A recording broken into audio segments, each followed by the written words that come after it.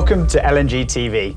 On today's episode of LNG Excellence, we are delighted to welcome Phil Hunter. Phil is widely recognised as one of the industry's leading technical minds, with a career which has seen him work on LNG liquefaction projects on almost every continent. Welcome, Phil. It's a pleasure to have you on the show. Very nice to have you, Phil. Over 40 remarkable years, almost exclusively in LNG across the globe. What are some of your best and fondest memories? Well, obviously over 40 years, I think there's quite a lot.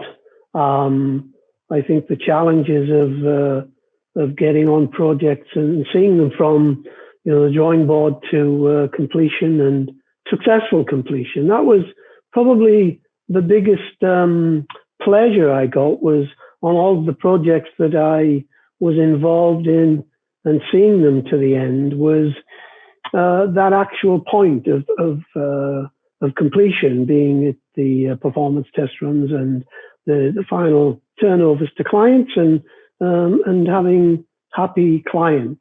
But I suppose in myself, I feel that the biggest achievement was when I joined Bechtel and we started out with the LNG business for them based on the ConocoPhillips technology.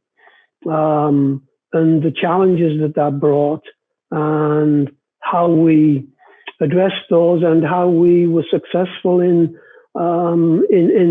developing that alliance collaboration to the point of where it's one of the largest technologies used in the LNG industry globally. I remember when we first did Atlantic LNG Train 1, we completed that, and it had its challenges, but our focus on that one was schedule, and we did it on schedule, and we came back to the home office in Houston, and basically I think there were 6 of us, and we were sat in a corner in the Bechtel offices, and probably nobody knew what to do with this, and we ourselves struggled to develop further, but we had some great people, and we took it to the point of where all of a sudden it boomed. We got Egypt, then we got Darwin, then we got Equatorial Guinea, the expansions in Trinidad, and then the lead-ons into Angola, into Wheatstone and the Curtis Island stuff. So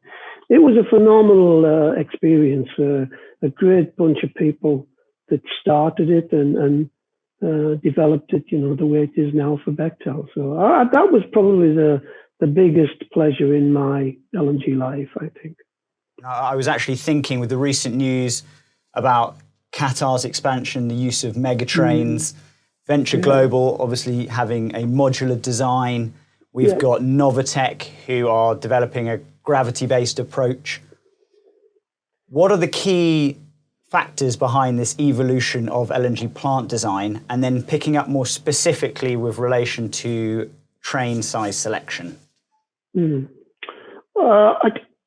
mean, when we first started the industry, train size selection was very, I think it was very specific to the fields. I think it was, if you had 5 TCM of gas, you developed a facility that was X million tons per annum, and you marketed that, if you like. And I think that was the case until I want to say even into the 90s, probably early 2000s.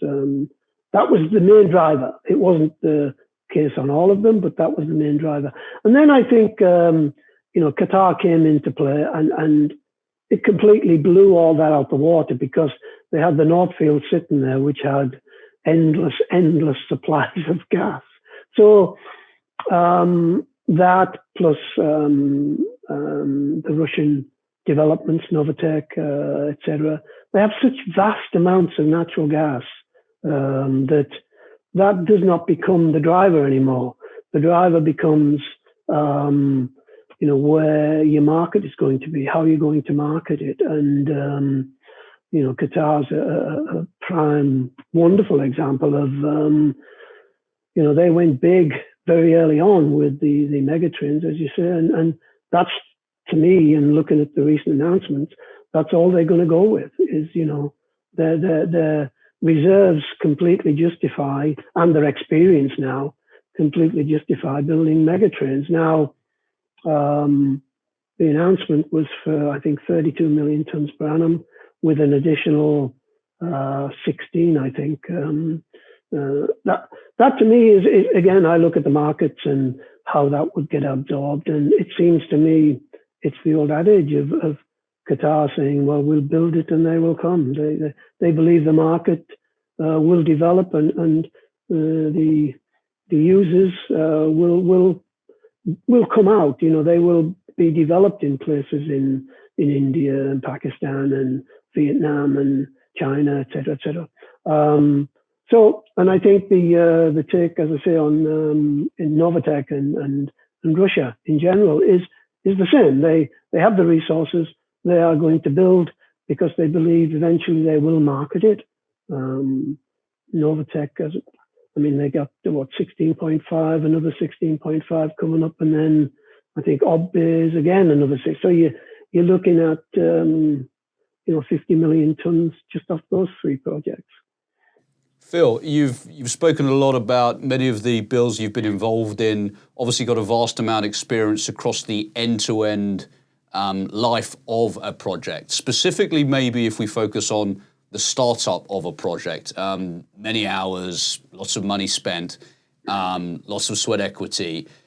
What were the major obstacles you saw? You mentioned Atlantic, but there are many others, obviously. What are the major obstacles that you faced, and how did you manage those and overcome them?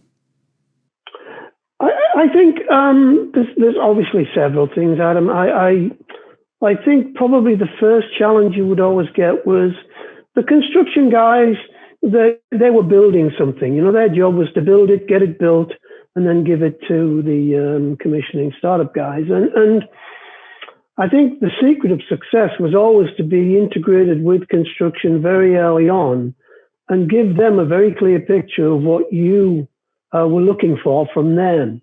And I think, again, the most successful of all of the LNG projects that I was involved in was where we had this synergy with the construction guys and had them understand just how we wanted their end product delivered to us to make our lives easier and, allow us to achieve what we targeted to achieve on schedule, et cetera, et cetera.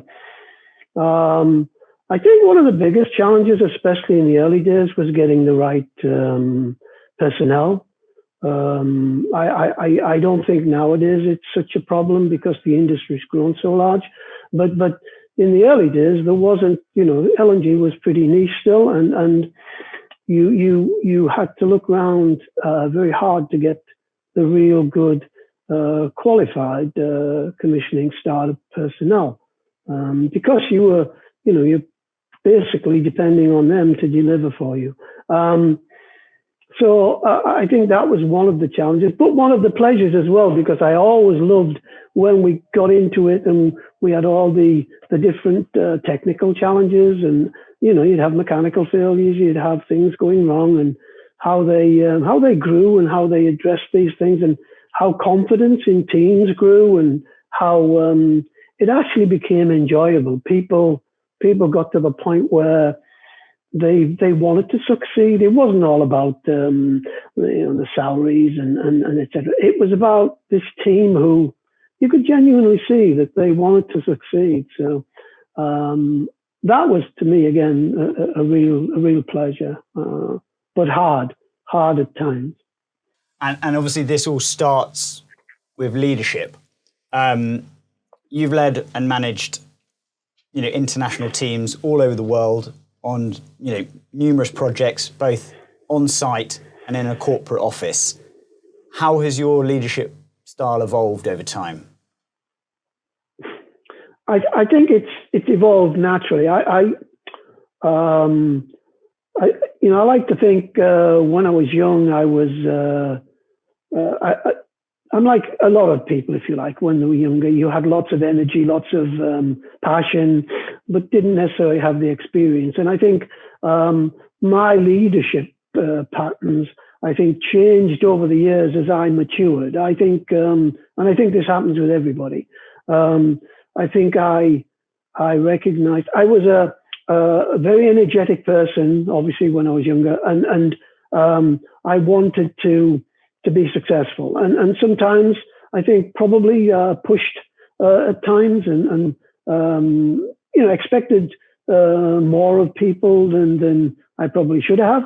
But over time, I think I grew to realize it's okay to have the energy, but the benefit is to transfer that energy, if you like, to your team, to the guys on your team, and get them to, if you can, buy into what you're trying to do and have them take ownership of it. And so my leadership changed from, if you like, I was a driver to where I developed people in the group to be the drivers. And I was very, very keen. I really was I liked to push the kids, as I used to say in Bechtel. I used to, every project we did, we would pull into the teams the young graduates, the young engineers. And I used to tell them, guys, this is what I want you to do. You go around this office, you learn everything there is about this LNG business, but then you're going to go to the field and you're going to do the same thing in the field. You're going to work in construction, you're going to work in every aspect of what we do, because when you come back to this office and you finish that project, you've got something that a lot of people in this business don't have. You have the experience of all parts of it, of how it works.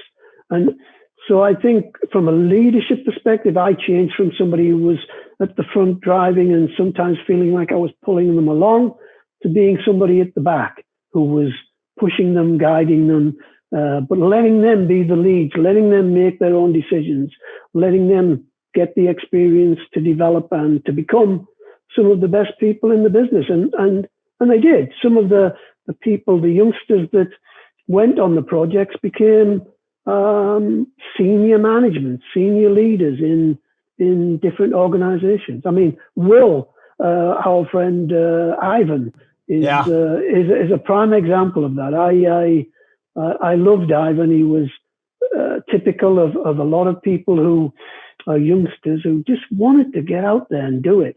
And if you can just let them and just keep an eye on them and make sure that they're going the right way and doing the right things, it's wonderful to see. It's absolutely wonderful. A part of that, it sounds like you've clearly been a mentor to many. But what's the most valuable lesson you learned early on from a mentor yourself, and how did that impact you and shape you as you went on in the industry? To me, it's very specific, actually. I had several mentors during my growth, if you like, in the LNG industry. But one that stood out to me was the executive president at Bechtel, John Duty. When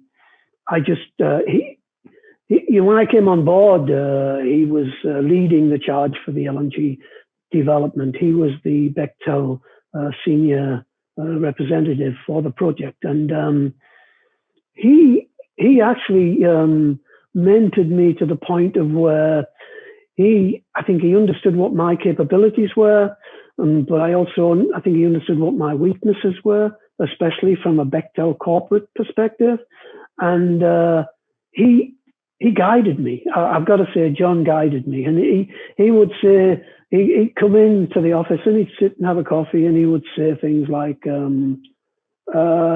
Phil, you just need to step back, let these guys do it. Don't be afraid to make decisions on things on the project, because we trust you, we believe you. You've just got to have faith in yourself. You've got to be, brave enough to take these steps forward. He gave me all the confidence in the world, John Duty. I don't know whether I should mention names like that, but John certainly was a very big factor in my development in the LNG business. Working around the world and across the ebbs and the flows of a mega project, that's going to, it's fair to say, impact your work-life balance, your lifestyle in some way, shape or form. What are the habits you've built up and what are the non-negotiables that you've drawn along the way to try and balance that in a sustainable manner? I think I was like everybody, I think, in the earlier days. The focus was always on the project, and I wouldn't say my life outside of work was suffered in any way. I think one of the benefits I had was I always had my wife with me. My wife always traveled and was on the various projects around the world and in the different offices. She was always by my side, and I think that was the best thing. The balance for me was always being able to go home and be normal. And she used the best thing analogy if I could use for my wife was she wouldn't allow me to talk about LNG at home. We actually had in Trinidad we had a Christmas party for all the guys in the group and at the house, and she'd gone to great lengths, and there was a lot of people. I forget how many, but a lot of people came with the wives, and she had this big sign made, and on the gates of the house, the villa we stayed in, she hung this big sign, and all it said was "No gas." In other words, people could not talk about work. It was a social event, and we were there to enjoy ourselves. So, for me, that always kept me grounded. But I was like a lot of people. I had a commitment to the project I was on, and I kept that commitment. In no way did I feel that there was an imbalance in my life. My kids, they certainly didn't suffer in any way.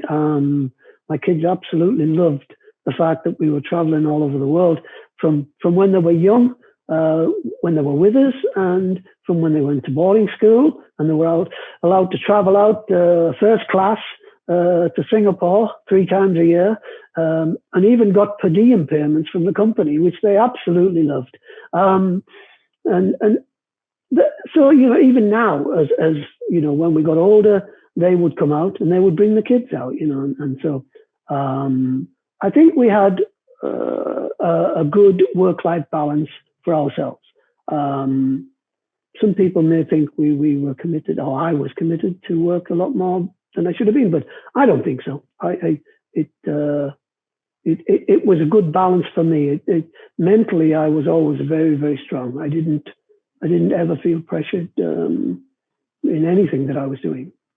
Certainly interesting to hear that whilst obviously there are challenges, there's also phenomenal opportunities on a personal level, whether it's, spending time with the family in Singapore or having a meal in a very unique location in Algeria or Qatar, etc. We mustn't forget that. What's the most memorable moment with your family being abroad? Obviously you were working. What's the most memorable moment you've had in a vista, in a landscape, at a restaurant with your family on a personal level? I think too numerous to mention, Adam, really. We've had so many, from living in the jungles of Borneo and going into the jungles and having wild orangutans come and climb and sit on you and while you're feeding them bananas and things like that. Running through the jungles of Borneo doing what we call, I don't know whether you've heard of hash runs, hash house harriers.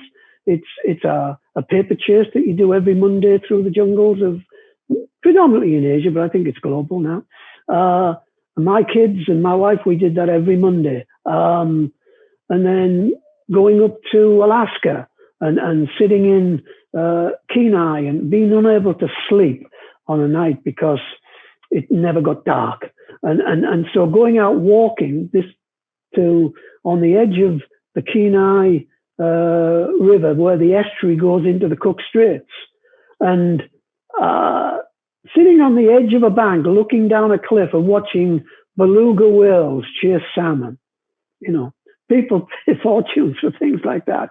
Those things like that were extraordinary. Watching a moose walk down the middle of the road, watching bears in the middle of the Kenai Russian River catching salmon, and and there's so many. And both with my family and by myself, but there's so many things that I was given the opportunity to do that this business and this career afforded me to do. I could never have believed that it would happen, and I'm so thankful for it. It was a wonderful, wonderful career, a wonderful opportunity. So in terms of legacy, I believe we all want to have an impact. What is the impact that you hope that you've had on the industry?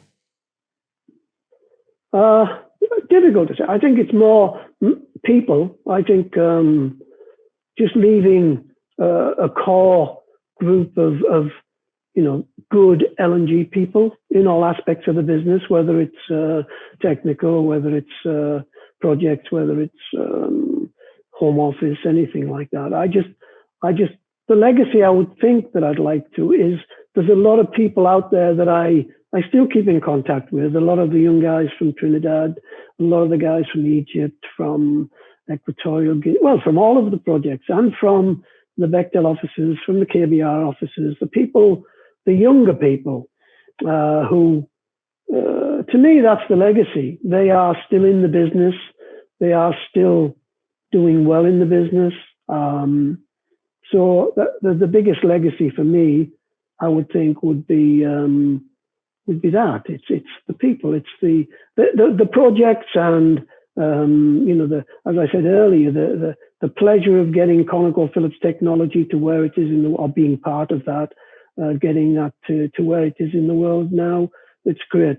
It's a legacy in itself, but definitely the people. It's definitely when I left KBR, we had a little get together and with a cake and things like that. And I told the guys in the room, there were a lot of the younger engineers and people that work for me, and I just said, just be honest and just be sincere in how you work in this business, and just carry that forward with you in what you do. Be a good engineer or a good project manager, and be as firm and as adventurous, and do what you want to do, but be honest about it and be fair with people. That's all you got to do, is be fair with people. The people will pay you back. That's all you got. So for me, biggest legacy is the people that I worked with, that I think in some way I may have helped shape their careers. That's what I like about it. Phil, remarkable 40 years. We know you've impacted the industry in vast ways. It's nice to hear the industry has impacted you in so many ways, and in so many rich ways as well. We really appreciate your openness, your reflections, your insights, your learnings, very much indeed. So thank you, Phil. Yeah, thank you. Enjoyed it. Look forward to speaking soon, Phil. Thank you. Yeah, thank you. Bye-bye. Well, that's it for this episode of LNG Excellence. Thank you very much for watching. Bye for now.